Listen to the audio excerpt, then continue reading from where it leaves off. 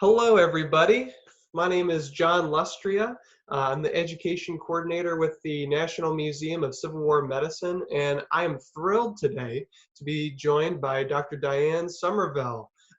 She teaches at the University of Binghamton, and we're going to be talking about her book, Aberration of the Mind, Suicide and Suffering in the Civil War Era South, and the blog post she wrote for us kind of based off of a section of the book. So welcome, Diane. Glad to have you. I'm happy to be here, for sure. So before we get into all that, you longtime viewers of our videos know the drill by now. Our doors, of course, are closed amidst the COVID-19 pandemic. We've been overwhelmed by your generosity so far. We can't thank you all enough. Those of you that have donated to the museum or purchased memberships, they let us continue to bring what I think is really, really exciting programming like this to you on a regular basis. So if you haven't to this point, perhaps consider becoming a member and joining us in our mission to help spread the message of Civil War medicine, all the interesting parallels between then and now, and help us try and find hope through history. If you're not at a point where you can get a membership, consider even just a small donation. And if you can't do that, simply just liking and sharing this video makes a huge difference for us. Lets more people see it, expands our reach, grows our audience, and all that good stuff. So if you'd consider doing any or all of those things, liking, sharing the video, becoming a member, or donating, that goes a long way to helping us do what we do. And I know for me personally, it's been just a delight to see people, continuing to tune into the videos and kind of growing our online community here. So would love it if you're able to do some or all of that. So now let's get into talking about our topic today, the blog post and the book. So this is maybe off color isn't the right word, but it's certainly at least not a subject that I've seen a lot of research done about, suicide and suffering, PTSD, and all these sorts of challenging topics. So what was your inspiration to write about all this when you sat down to work on this project? So part of the answer to that question is in your introduction, which is that really very little has been done about this. And so I knew that there was a lot of room to write on this topic, but at the same time, that becomes an obstacle in a sense, right? Because there's not a lot out there. And then you begin to explore and look for the evidence, and you realize why people haven't written about it for the most part is because there are really formidable obstacles to exploring topics like war trauma and suicide. So number one was the opportunity to say some original things.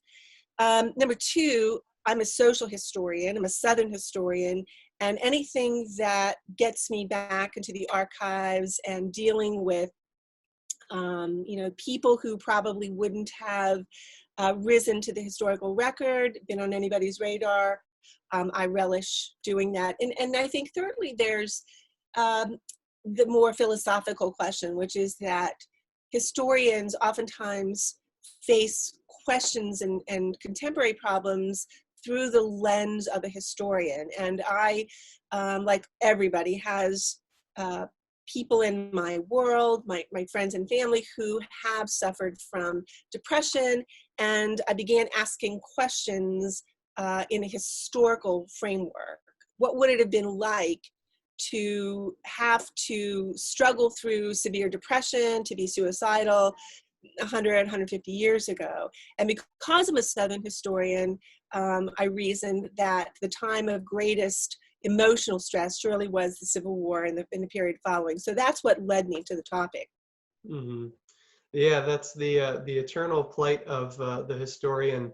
If you find something new that people haven't written about, sometimes it can be hard to find things about it. That's a great a great point. And I love the, the personal connection as well. I think so often, whenever people see, well, the rows and rows of books behind you, each of those, there's some kind of personal nugget at the core of a lot of them, if not all. So I think that's such a great thing to remember. Well, let's get into it. Start maybe a little bit broadly. Um, kind of bird's eye view here. What was the kind of 19th century experience with mental illness, kind of broadly? I mean, they certainly don't have the same language or knowledge that we do today. What kind of challenges might that create, or was it not as challenging as we might think? Take it away. I think it probably depends on your perspective. I think there are some Debbie Doubters out there who, and I think they're in the minority now, who believe that you can't really study anything like mental illness or war trauma because it wasn't understood at the time. And I'm not one of those, although I do believe that you have to be very cautious in your approach and certainly in the language that you use.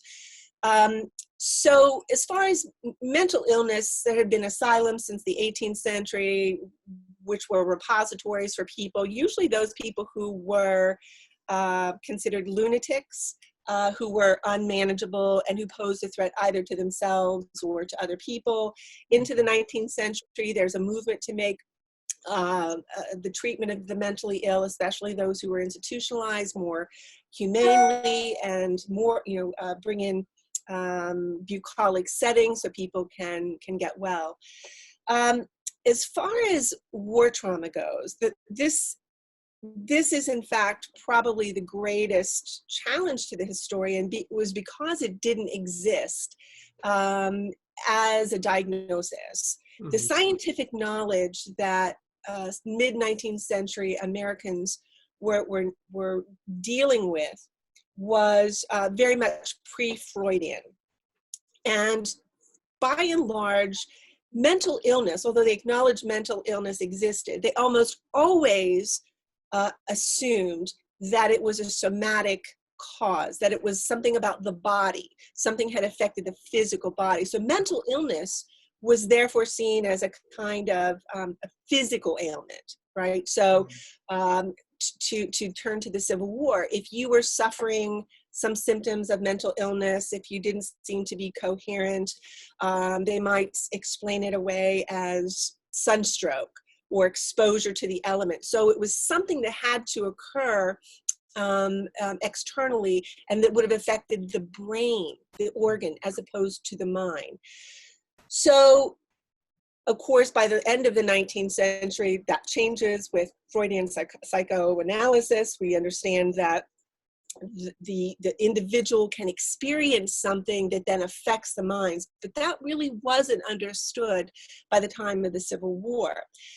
And so it's very difficult for historians to go back and look for evidence of something that people didn't understand happened.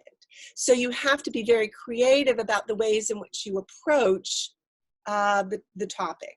So you have to find, for example, what are some possible words that they would have used at the time that could be interpreted as war trauma? And of course, you well know some of those. Nostalgia, which was classified as a species of melancholy, but it overlapped with mental illness, right? Because there could be physiological symptoms that explained it too. Malingering, which was believed to be a form of cowardice, because much of what was related to trauma, if it was associated with fear, what had gender connotations. This was cowardice. It was less than manly behavior.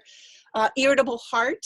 There is some evidence that palpitations could be a panic attack. So you look for these kinds of terms. Now, those are not, those don't line up exactly, of course, but when you begin looking at them, you begin to see that there could be mental health aspects of this that relate to trauma. One of the complications in studying one of the manifestations of war trauma, suicide, is that quantitative data doesn't exist. there there are some excellent European studies of suicide. Victor Bailey's work on Victorian England, for example. But the English have great records, and they record. The coroners are very uniform in their recording of information and then filing that information with a central authority. But in the 19th century, South especially, record keeping is really haphazard. You have a little bit of this being done in cities like Charleston. Richmond picks it up in the 1870s, but you don't have a requirement to keep track of cause of death until really the progressive era, in some cases the early 20th century. So quantitative data is not going to give us the kind of satisfactory answer that we as historians like to hold on to. So that's a complication of the study, and it makes it very difficult to get a handle on it. But also there are evidentiary holes. So if historians are going into the historical record to look for PTSD, war trauma, they're not going to find those words. And so it's very difficult to conduct research, to identify sources that discuss this. So it's a bit of a needle in a haystack. And it also means that you have to be creative in the way you approach sources. So one of the things that I did was to turn to insane asylums. Insane asylums have people who are entered into their patient records, some of whom have what we would recognize are pithy family histories or personal medical histories, but nonetheless, they do give us clues. But I will say this, if you go to the historical records of, let's say, the Georgia asylum, which was in Milledgeville, and you're looking for war trauma, they might not even mention that a male inmate had been a soldier. And that tells us that they really didn't understand that a soldier's mental illness could be associated with his war experience. You're more likely to find tobacco use, sunstroke, even masturbation, alcohol. All of those things were first and foremost the things to be ruled out. It was rare that a soldier or a veteran would have a history that indicated that his military experience had been responsible, or at least in some way related to his mental illness. That's first of all fascinating. That they're just not quite making that connection, and second of all, your point about the words, just the language is so important.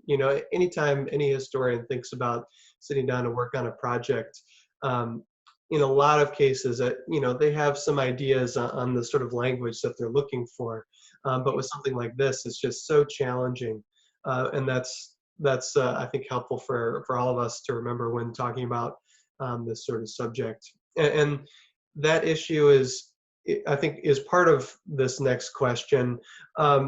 What sort of challenges are there for historians to reverse diagnose something like PTSD? It's, I think, harder than most people might think, because I think a lot of people maybe have in their minds like, oh, well, you go to the sources, and if they're experiencing this, this, and this, they probably have PTSD. Complicate that for us a little bit.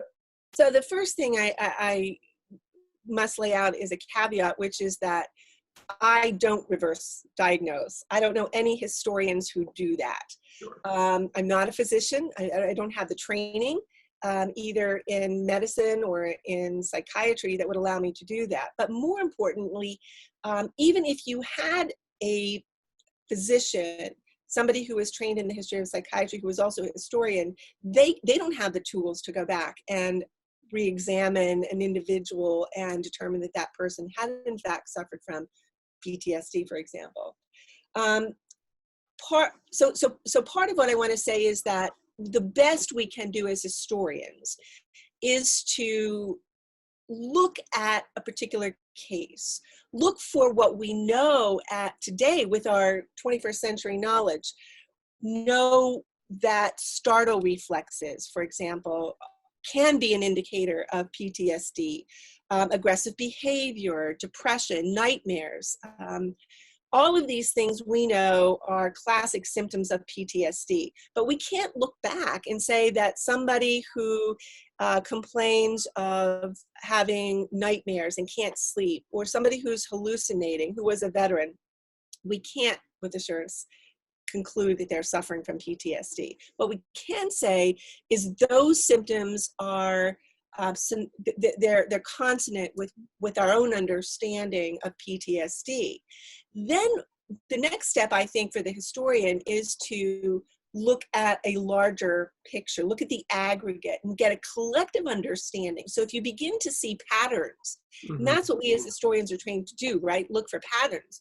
Right. If we see that many soldiers are beginning to show signs of what we know as PTSD, I think it increases our level of conjecture, but it's nonetheless still informed or educated conjecture at the very least. We also know that we learn, I read a lot about PTSD. We know that there are social pathologies that are associated with it, like domestic discord. We know that there's aggressive behavior that sometimes results in jail or prison sentences. There's unemployment, right? And so looking back, we can see that there were a lot of soldiers, former soldiers, who were unemployed. They were unemployable because they were so distressed emotionally that they couldn't hold down a job.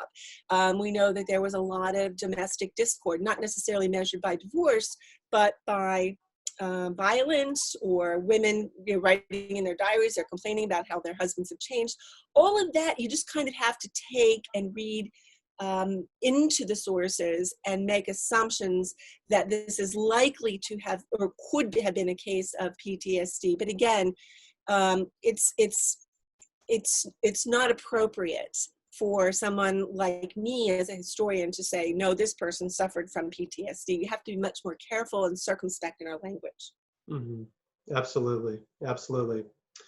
So in your research, because, like you've said, I mean, these people were kind of exhibiting symptoms, and in some cases they would, and certainly not every case, but in some cases they ended up, going before, a medical professional of the time. How were these people diagnosed? How were they treated? Were they? What would that look like if they were kind of identified by the medical system of the time? So that's a very good question. I think it's safe to say that that may depend on one's class and race, and gender as well, because diagnoses are very much constructed, right? And so if you read my chapters on African Americans, you well know that the white South viewed their mental illnesses from a very different perspective. So I guess the first thing I would say is that mental illness was still very much stigmatized. And so the first, I guess, line is to just deal with it at home. And most families did so. They tried to deal with it. And if they had servants at home, if they had enslaved labor, that would enable them to take care of somebody and keep an eye on them and make sure that they weren't injurious to themselves or to other people. But usually there was a line that someone crossed that forced the situation to move into the next level, which would be to consider institutionalization. And usually that meant a level of behavior that was uncontrollable. So if a man or a woman would simply be frenetic, manic, and threaten harm to other people, running about the neighborhood, maybe setting fires or causing harm to somebody, then they would have to be restrained. Sometimes families would try to restrain them themselves. I have a case in the book where there was a young woman, probably in her 20s, who it appears to be manic. Her symptoms were very manic, but she was uncontrollable. So they built a small dwelling for her, and they just shut her up in there. Another stop before institutionalization was the local jail. So a lot of times, if there was somebody who was completely uncontrollable, they'd put them in the jail, and sometimes they would spend months or years at the jail. My current project is on postpartum disorders, and I was looking through a lot of the legal records because committing somebody to an institution involves a legal process. And it was astonishing to me how many of these people who were in basically a holding pattern to be committed and then hopefully placed in an asylum, how many of these people were in jails. And they described the conditions as being drafty, and jailers were not happy because it interfered with their ability to hold criminals, and they weren't responsible for them. So a lot of mentally ill ended up in jails. Once a family or a community would go through the process of basically declaring a person insane, that required an examination by at least 2 doctors, going before the justices of the peace, bringing in witnesses. Then they would apply to be admitted into an asylum. In a place like Virginia, there were 2 possibilities: the Eastern Asylum and the Western Asylum. And that was before the war. And after the war, there was Central State Asylum, which was intended for African Americans because of segregation, racial segregation policies in the state. And that's where they would be held. And there's various ways that there were attempts at cures, including medicines. And you can go in and to any of these records and see that the administrators, the superintendents of the asylums, who were physicians, would try various pharmacological mixtures to try to regulate behavior, whether it was manic or depressive. There was still, in the 19th century, mid-century, there was still some bleeding that was done, heroic methods, especially if a person was manic, and they talked about the marvel of bleeding helping manic behaviors, because of course it depleted their energy. They were physically, depleted. So of course they're going to be less manic. And there were other, methods that were employed, which included social activities. I recently stumbled across in the Western State Asylum for the ladies. They would have little dances that they would hold, and there was actually a chart that the superintendent kept, and he would, every female patient, he would note whether or not they danced or not. So these were all efforts to try to restore men and women who were showing signs of mental illness, to restore them to be well enough to go home and to be managed there, or to become well. Right. Yeah, there's a couple interesting things that at least that jump out to me. First of all, that sort of like the care starts in the home, which is consistent with the way that kind of traditional medical care what began, at least in the 19th century before the Civil War. It starts in the home, and then if it gets really bad, we'll go to a hospital. So that's kind of interesting to me, that there's a similar trajectory for people suffering from mental illness. And then the other thing that really pops out at me is kind of what an ordeal that was in order to kind of get kind of more rigorous help for somebody. I mean, you need to take them before a couple different doctors. You need to take them to a judge. I could see this taking, potentially months and perhaps even years at times. Yeah. Right. So that's kind of incredible to me how drawn out that was or could be.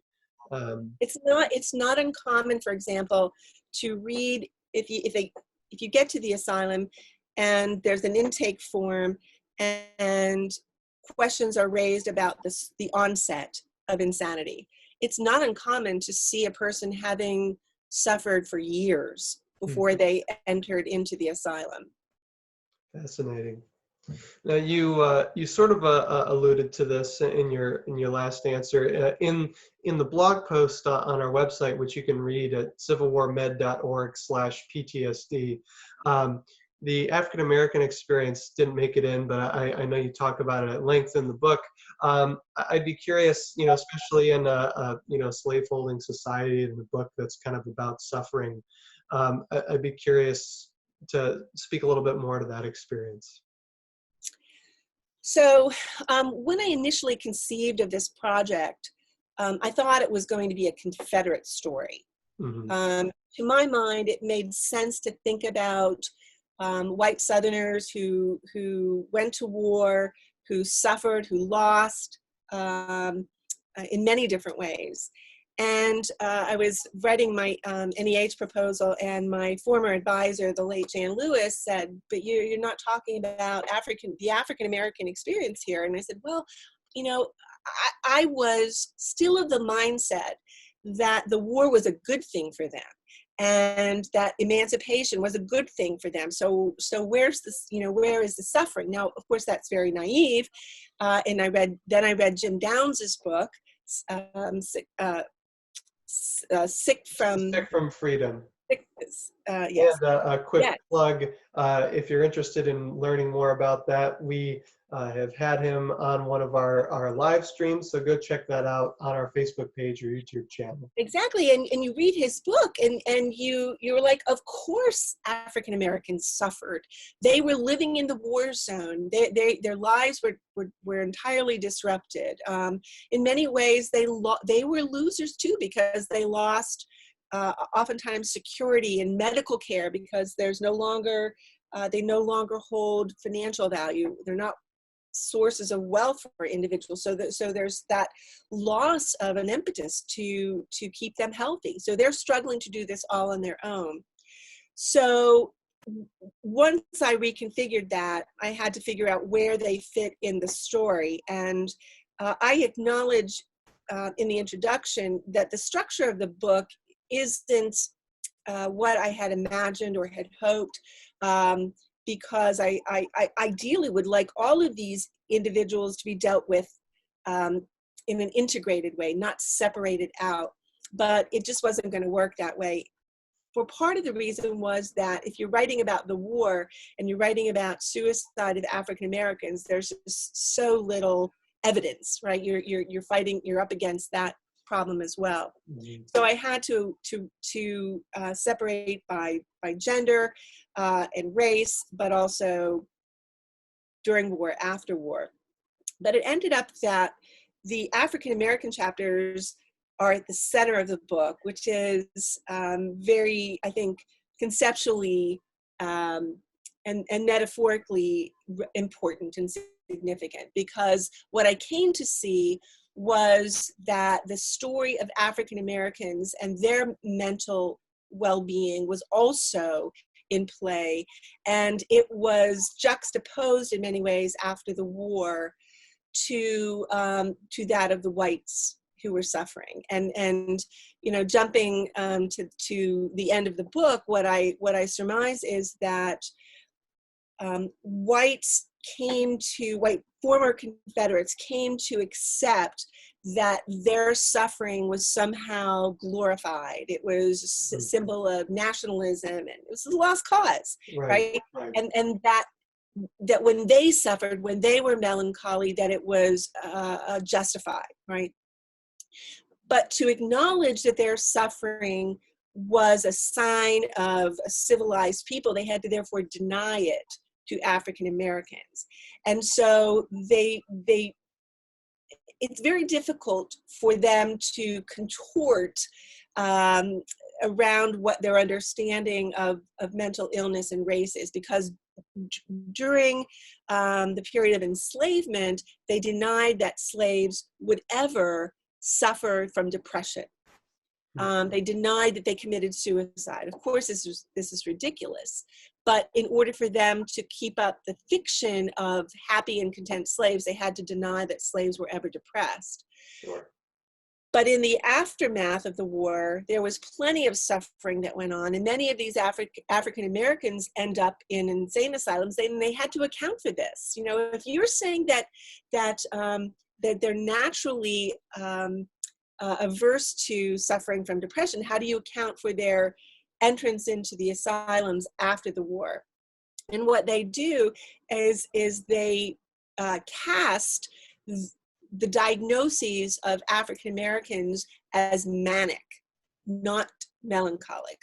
Hmm. So for them, it's, well, this is their unleashed natures, right? Their natures are manic, and it was slavery that kept them in check. But now that they have freedom, their true dispositions are exposed. And so when they come into the asylum, and there are suicidal African Americans who come in, and you would assume melancholy, depression.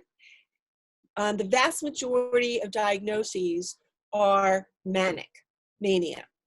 And you flip that, and it's the opposite is true, that the inverse is true for white patients, is there suicidal men and women who come into the asylum, they are diagnosed with melancholy and depression. So it fits very neatly at the end of by the end of the 19th century. And I use cultural examples to show how this was embraced by the white South. You know, the very famous example, Birth of a Nation, where there's a famous suicide scene where a young girl who is about to be assaulted by a black soldier, she commits suicide rather than succumb to his embraces. And so that's very celebrated in a kind of racialized national way that hadn't been there before the war. That's fascinating, that you kind of observing this difference between like almost kind of cultural associations with melancholy versus mania, and kind of the connotations that could be there with each diagnosis, which I'm certain, at least initially, you know, was not obvious. That's a really, I think, clever thing to uncover there. I know your research focused a lot on kind of former soldiers and citizens and things like this. But I'm thinking kind of along the lines, you know, during the time of a pandemic, you know, there's so many doctors and nurses on the front lines working long hours, you know, that may, you know, end up developing symptoms, if not of PTSD, certainly of, you know, just intense mental fatigue from all of this. And I'm curious if kind of in your research, if you came across any kind of consistent, notable examples of nurses or doctors experiencing symptoms of mental illness.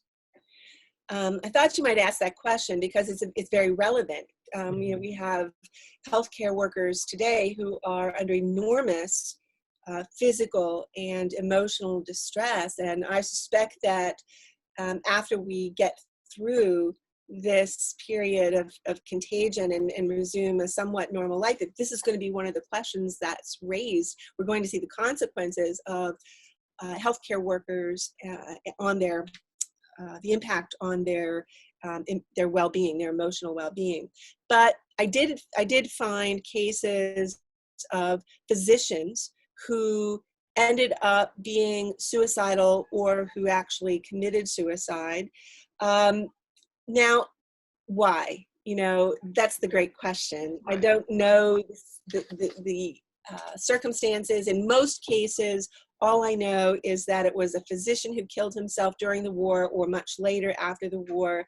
Was it related to those stresses? We don't have the words of the physicians themselves who had the suicidal behavior to weigh in. But, and here's again where I think we as historians who want to explore questions like war trauma, we have to be clever about viewing different kinds of sources, and then what I sort of see as a layering, right? So we have these cases of physicians who kill themselves, but we don't have their exact words or at least their explanations for why they committed suicide.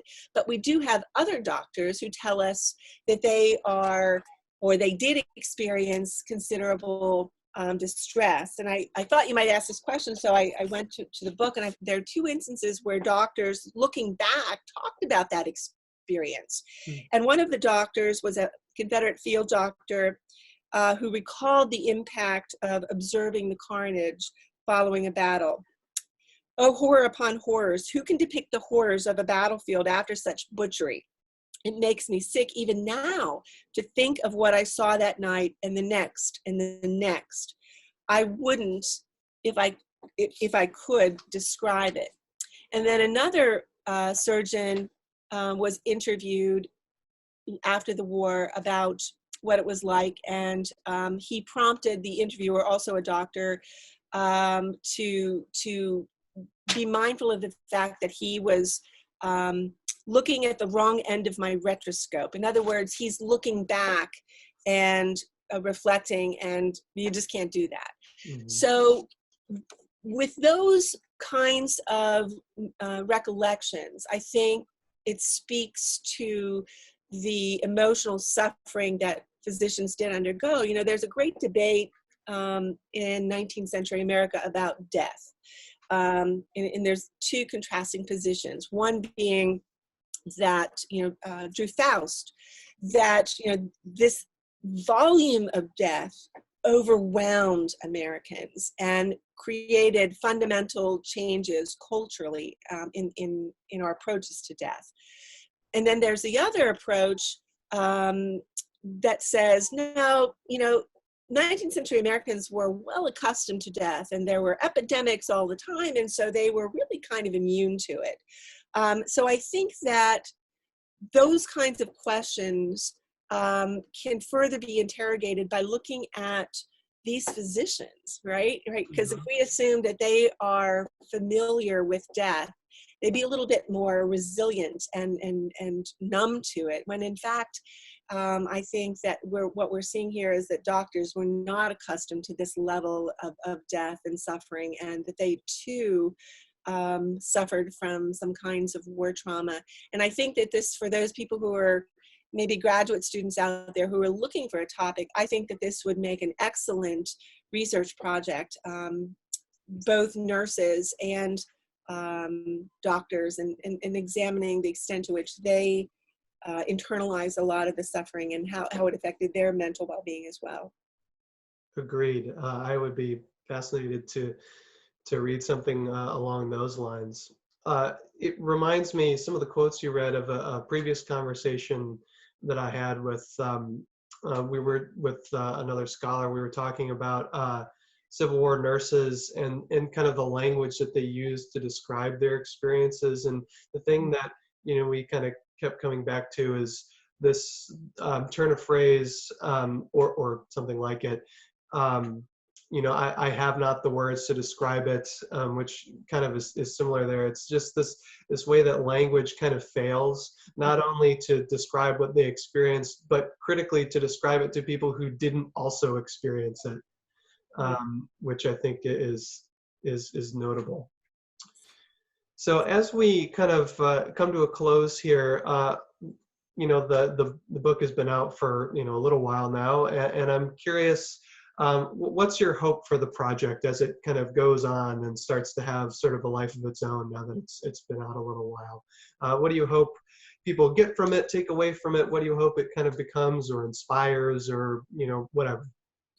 I think I think it's an important work that focuses on mental health, the impact of war on individuals, not only soldiers, but also the civilians. I think that's probably one of the, if I could change things, I might have written an article and published an article preceding publication on the impact on civilians. Because I think that's the part of my book that's being overlooked, is that I write about what it was like for the people left at home, especially in the South, to live through this, because they too were living in a war zone. Mm-hmm. So I hope there's more that's more work that's being done on the civilian population. I also think that there is more work being done. Jonathan Jones, for example, who is working on a dissertation that I'm overseeing on the impact of opioids. The first Yes, opioid. and another quick plug. I'm not sure when this will air. We either had Jonathan Jones on or will have Jonathan Jones on talking about that very subject, the opiate crisis. So Yeah, check that out. I just read his final chapter draft, and it's about how these Civil War doctors, Hammond and DaCosta, how they looked back and they realized that in their efforts to help the soldiers who were injured and sick, they were responsible for creating this addiction crisis that occurred after the war. And it's fascinating. The last chapter engages in the profession, the medical profession, and the debates within the medical profession about are we responsible?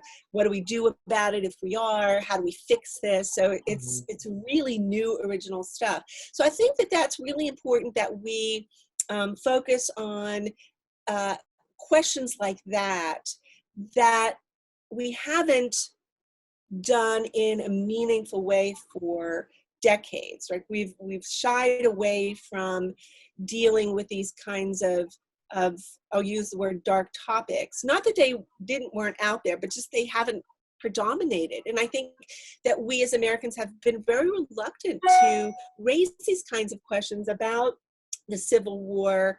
I myself wondered whether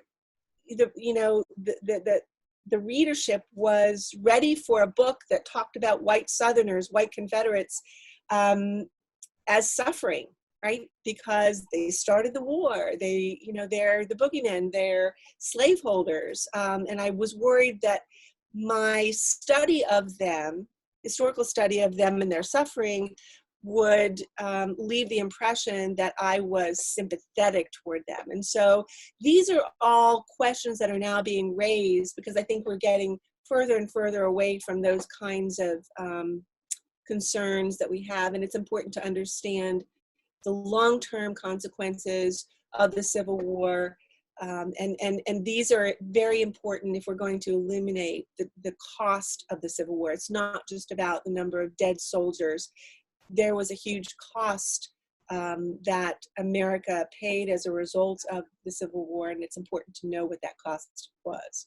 And in the ways also that cost is still being felt. I mean, less intensely and directly nowadays, but I mean it is still sort of around.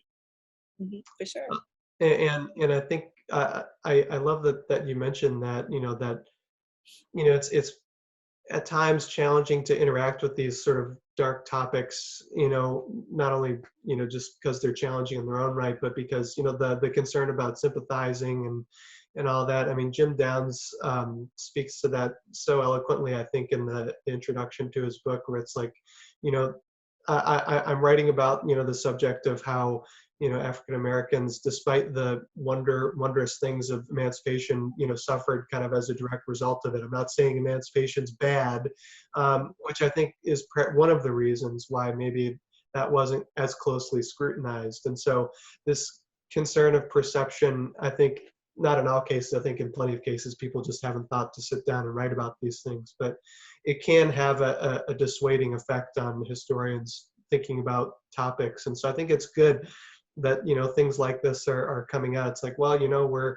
in the, we're trying to, just accumulate knowledge and, shed some light and ask some, important historical questions. And so I love that that's something that, that you point to. Mm-hmm. And I think that, there are those who read a book like mine and make assumptions about what my agenda might be, that by pointing out all of this suffering, I must be saying that the Civil War should not have been fought. I'm not saying that. I'm just saying that it's important to understand that there are consequences that go well beyond the 4 years in which the war was fought. And I think you have to take those into account. It's It's all part of my wife's great crusade for the power of emojis. When you text or in this case write a book, sometimes you can't hear the tone of voice in which someone's speaking, and so if only we could just add emojis with our books, that would make Good things so idea. much easier to decipher. Good idea. Well, thank you so much for coming on, Diane. I know I really enjoyed this. I hope you did as well. I did, and I have to confess I've never been to the library, and when all of this ends, I hope to make that one of my first pit stops on my research journey south. Excellent. Well, we'd love to have you. And that goes for all of you watching too. Whenever you can, whenever we can, go and do things, definitely come by the National Museum of Civil War Medicine. All you new members, take advantage of your membership benefits with free admission. If you haven't yet become a member, now is the perfect time to do so. And definitely like and share the video. And thanks so much for tuning in. This is John and Diane signing off. Till next time, friends. Thank you.